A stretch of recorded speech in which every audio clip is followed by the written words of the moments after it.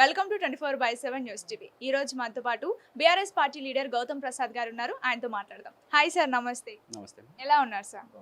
Sir, ఇప్పుడు ఒక hot topic అనేది నడుస్తుంది అన్నట్టు. ఈటల రాజేందర్ గారి కామెంట్స్. మునుగోడు ఉప ఎన్నికలప్పుడు సీఎం రేవంత్ రెడ్డి గారు కేసీఆర్ దగ్గర డబ్బులు తీసుకున్నారు అని ఆరోపణలు చేస్తున్నారు. సో ఈ ఆరోపణలో ఎంతవరకు నిజం ఉంది?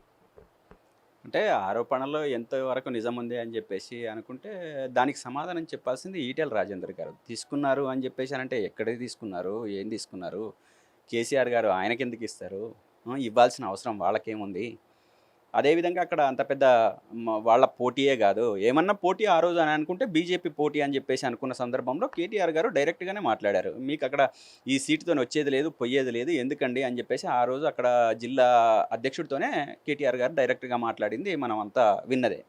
కాబట్టి ఇక ఏదన్నా బట్టగాల్చి మీద వేద్దామని చెప్పేసి అని అనుకుంటున్నారా, లేకపోతే వీళ్ళిద్దరి మధ్య ఒక సంబంధం ఉందని చెప్పేసి అని ఎక్స్పోజ్ చేయాలని చెప్పేసి అనే దాంట్లో భాగంగా ఇది మాట్లాడుతున్నారా తెలియదు. కానీ అటువంటి విషయాలు జరగడానికి కానీ, ఎవరి ముందు పెట్టడానికి కానీ, లేకపోతే వాళ్ళ ముందు కరెక్ట్గా జరగడానికి కానీ, వాళ్ళ ఎవిడెన్స్తో జరగడానికి కానీ ఏవి ఉండవు ఈ రాజకీయాలు అనేది.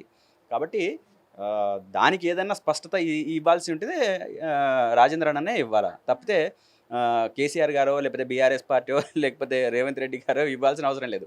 ఒకవేళ కాంగ్రెస్ పార్టీ కూడా ఇచ్చింది అని చెప్పేసి అని అనుకుంటే రాజేందర్ గారిని బీఆర్ఎస్ పార్టీ వెళ్ళగొట్టింది, తరిమేసింది అనే పదాలు కాకుండా అది నిజమా అబద్ధమా అని చెప్పేసి మాట్లాడుకుంటే బాగుంటుంది. కానీ ఆయనకు పర్సనల్గా అటాక్ చేయడం వలన మీకు వచ్చేది కూడా ఏం లేదు. కాబట్టి మనం దాని గురించి అనవసరమైన విషయాలు మాట్లాడకుండా ఉంటే అది ఇరు వర్గాలకు కూడా ఉపయోగంగా ఉంటుంది అనేది అయితే నేను చెప్పదలుచుకున్నాను.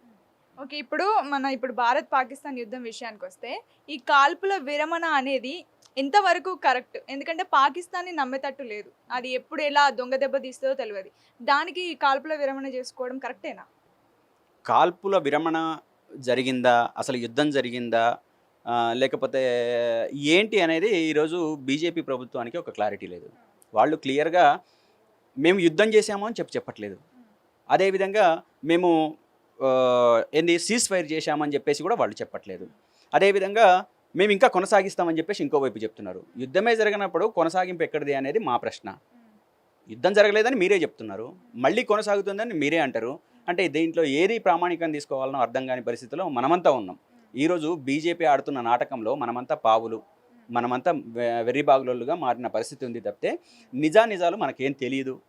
ఏదో ప్రజలలో ఉన్న ఉద్రేకాన్ని, ఉత్సాహాన్ని, ఉద్రేకాన్ని రెట్టింపు చేసి బీజేపీ తన ఎన్నికల రాజకీయ లబ్ధి కోసం ప్రయత్నం చేస్తుంది తప్పితే దాంట్లో వేరేది ఉందని చెప్పేసి నేను అనుకోవట్లేదు. ఎందుకంటే దానికి బలమైన ఎవిడెన్స్ ఏంటంటే పహల్గామ్లో జరిగిన దాడి తర్వాత అఖిలపక్ష సమావేశం జరిపిన కేంద్ర ప్రభుత్వము దానికి ప్రధానమంత్రి ముఖ్యమైన పాత్ర పోషించి అక్కడ సమావేశంలో ఉండాల్సిన మనిషి పోయి బీహార్ ఎలక్షన్ల సభలో పాల్గొనడం అనేది ఇక్కడ మనకు తేట తెల్లమవుతుంది. నీకు అవసరమైంది దేశం కంటే ముఖ్యమైనది కాదు కదా, వేరేది ఏం లేదు కదా, ఈ జాతి కంటే ముఖ్యమైనది వేరేది ఏం లేదు కదా. ఈరోజు ఎలక్షన్ని మనం వాయిదా కూడా వేసుకోవచ్చు, ఎందుకంటే భారతదేశం ఉన్న క్లిష్ట పరిస్థితులలో యుద్ధం నడుస్తుంది, ఇప్పుడు మనం జరపాల్సిన అవసరం లేదని కూడా చెప్పొచ్చు. కాబట్టి దానికి ఒక అవకాశం ఉంది, కానీ దీనికి అవకాశం లేదే యుద్ధానికి. కానీ నువ్వు ఆ యుద్ధాన్ని వదిలిపెట్టేసి లేదా మన ప్రజల మీద 28 మంది మీద ప్రాణాలు పోయినప్పుడు, వాళ్ళ మీద దాడి జరిగి ప్రాణాల మీద పోయినప్పుడు నువ్వు ఇక్కడ ఉండి దాన్ని ఎట్లా మనం ప్రతీకారం అనుకుందామా, లేకపోతే దాన్ని ఎట్లా మనం మన దేశాన్ని రక్షించుకోవడం కోసం మనం ఏం చేయాలని చెప్పేసి ఒక ముఖ్యమైన చర్చలో ఉండాల్సిన మనిషి పోయి ఎలక్షన్ కోసం మాట్లాడండి అంటేనే వాళ్ళ దగ్గర నిబద్ధత లేదు, వాళ్ళకి ఈ దేశం మీద ప్రేమ లేదు, ప్రజల మీద ప్రేమ లేదని అర్థమవుతుంది. దానికి అంటే వాళ్ళు ఒప్పుకోరు.